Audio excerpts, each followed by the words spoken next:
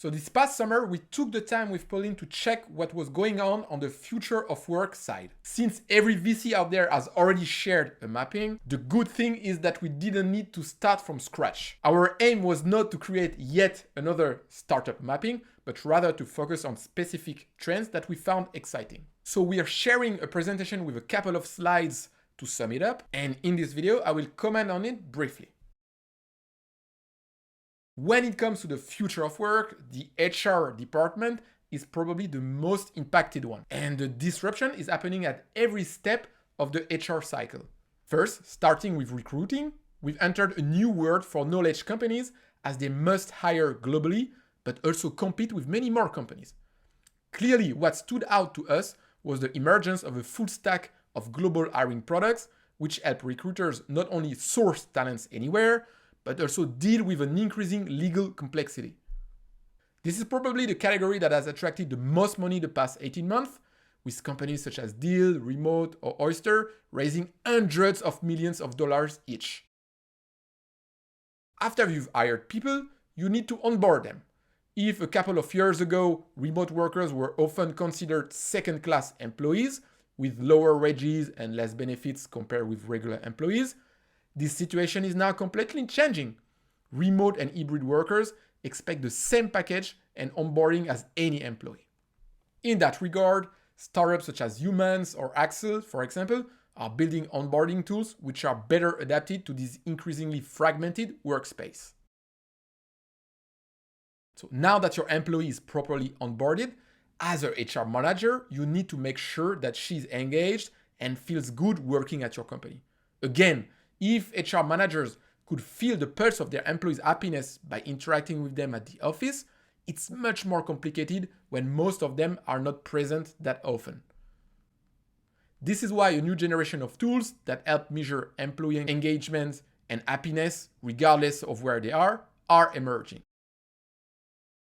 Finally, we saw that for many HR managers of tech companies, the mental health of employees is becoming a top priority. If remote work has its benefits, it's also come with challenges, such as the feeling of loneliness and the lack of social contact that can negatively impact the mental health of people. Again, a new generation of mental health platforms is emerging to help them detect these problems and try to solve them, from psychologist marketplaces to mobile apps that employees can use by themselves.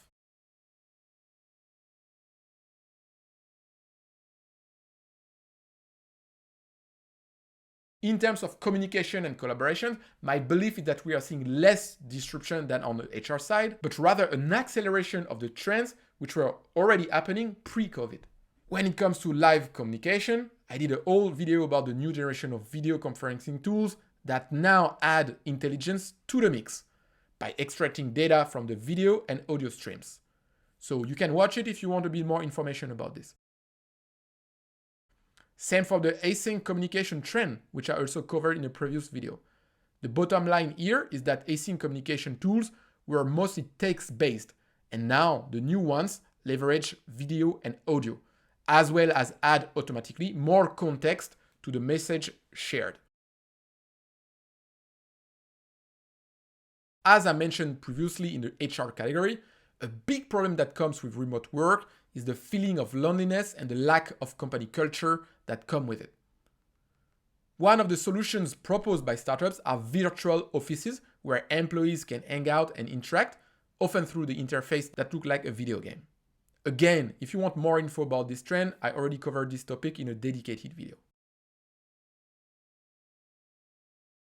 We'll finish the communication and collaboration category with a word about events. What's interesting to see here is that similar to what is happening with employees who don't necessarily want to work fully remote or fully at the office, but rather with an hybrid approach, the same thing is happening with events. There won't be a shift between pure on-site physical and pure virtual events, but rather a combination of both. The majority of the startups listed on our slide enable companies to create hybrid events that people can attend in real life or by staying at home.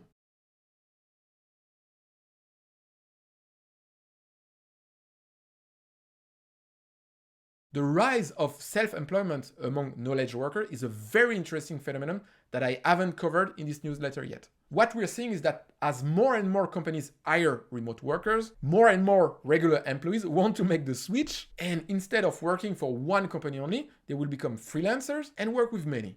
This trend is materialized through the emergence of several verticalized freelance marketplaces where you can not only find developers, but increasingly marketers, salespeople, or even customer support/success freelancers. Now it seems that every knowledge worker can become a freelancer. Even managers or executives are being offered on demand. That being said, becoming a freelancer also comes with its disadvantages. The most obvious ones are on the financial side, as you can have less predictable incomes and less benefits compared with people working as employees. This is why several startups now offer benefit packages to independent workers, and several fintech companies help them with the financial aspects. A less obvious trend here is the emergence of freelancer collectives that help them get together in order to share leads or to pool their skills in order to convert bigger customers. A lot of interesting stuff is happening there as well.